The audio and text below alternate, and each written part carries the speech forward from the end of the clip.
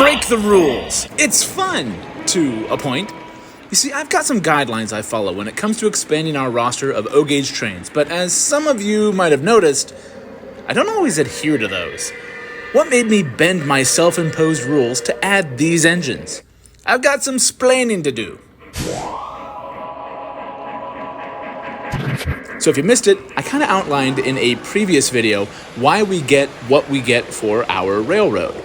And some of these rules can't really be broken even if I wanted to due to limitations of the design of our railroad at home. Every engine that wants to traverse our tracks needs to be able to tackle a minimum curve requirement of 0.48. Now that isn't always 100% true because some engines are rated for wider turns like 0.54 and 0.60, yet they still manage to cheat and clear these corners. Heck, they break their own rules, I suppose. That's not even me doing that. That means engines like the 482 Mountain and the 484 Northern in scale format can technically work here, though they don't necessarily look the happiest around some of these turns. The cab overhang and wheel gap look strange around 0.48, which is why I mostly film those engines when they're on straightaways, or my wider 0.60, 0.72, and 0.84 turns. The more commonly broken rule is one you might have noticed with some of my more recent videos. That rule is that I wanted to focus on Midwest railroads, or even simply railroads that had ties to the Union Pacific. That's a pretty easy one to adhere to with a lot of options because there's no shortage of road names that operated in my neck of the woods. But it does cut out some of the more common ones. Southern, New York Central, Norfolk and Western, Seaboard, Boston and Maine, Lehigh Valley, Erie, the list goes on. And these are all highly available road names, especially in O-gauge. But besides the good old Union Pacific, I have managed to branch out to Rio Grande, Southern Pacific, Rock Island, Missouri Pacific, Santa Fe, Northern Pacific, Frisco, and the Katy. But there are 3 engines in my roster that never would have seen this side of the Mississippi, unless you count some of their lines terminating at either Chicago or St. Louis. These 3 engines do have one thing in common, though. They're all Lionmaster engines. Yes, it would appear that yours truly is such a massive fanboy of Lionel's Lionmaster lineup that I'm willing to break my rules and add them to the roster. The Norfolk and Western Class A was one I just reviewed. Check that out if you haven't. The New York Central Hudson is the most recent addition from earlier this summer, seen in this awesome fantasy pacemaker scheme. And my favorite aesthetic design of all time, the Pennsylvania Railroad's T1 Duplex. Come to think of it, I also broke that rule with a Lion Chief K4, and that reminds me that I actually broke these rules long before I even set these silly rules in place. When my son and I started with this, we had a colorful Lionel Junction starter set with this Dino Roars diesel. A quick check on Facebook Marketplace, and I found a Pennsylvania Flyer starter set to add to this because I knew my son would be fascinated with a steam engine. When it became clear to me that he was enjoying these, I decided that I should adopt some criteria for adding more engines because a couple looks around online made it very clear that I had a lot of options. And that's where the idea for the second-hand Overland was born. And so thanks to that little Penzi switcher, I'd already broken my rules and was pretty easy to justify adding a few more to the roster.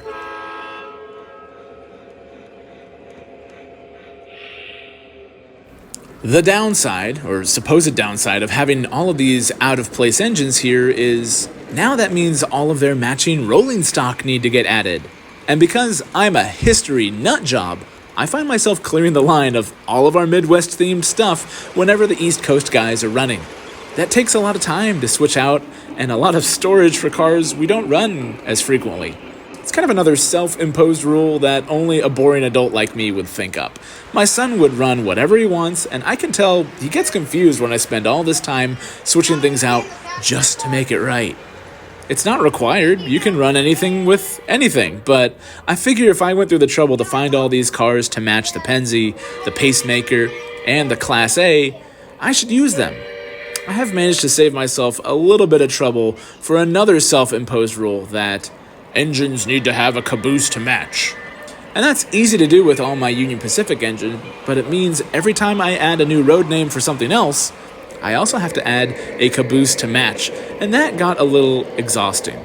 So I have added this fun little Lionel Lions caboose that I can run behind anything, because, again, more rules I've made for myself that make this harder than it should be. Is it just me doing that? It can't just be me. Please tell me I'm not crazy. I mean, yeah, I'm crazy. I built a layout around a sectional couch. But still, there is one more rule I could easily break, and that's to find engines that would have operated at the same time. In our case, pretty much late steam and early diesel. Basically, if a diesel was made after steam had ended in the late 50s, it's not on our line. So no modern diesels grace the rails here. This is mostly to help focus the collection and keep me from going crazy with all the cool heritage schemes that I've seen. I have broken that rule with some rolling stock before, and we do excursions, which are technically more modern ideas, with 4014, 3985, and 844. But besides that, I have managed to keep that rule mostly intact. I don't know, maybe we'll break that rule later. What do you think? Leave me a comment. Should we stay true to this era or branch out? On the one hand, the rules we've set seem to limit things, but the rules are also kind of what make it fun. It also keeps me from buying everything under the sun and going broke, because if I just bought everything that looked cool, yeah, we'd have to sell the house, and then where would I run trains?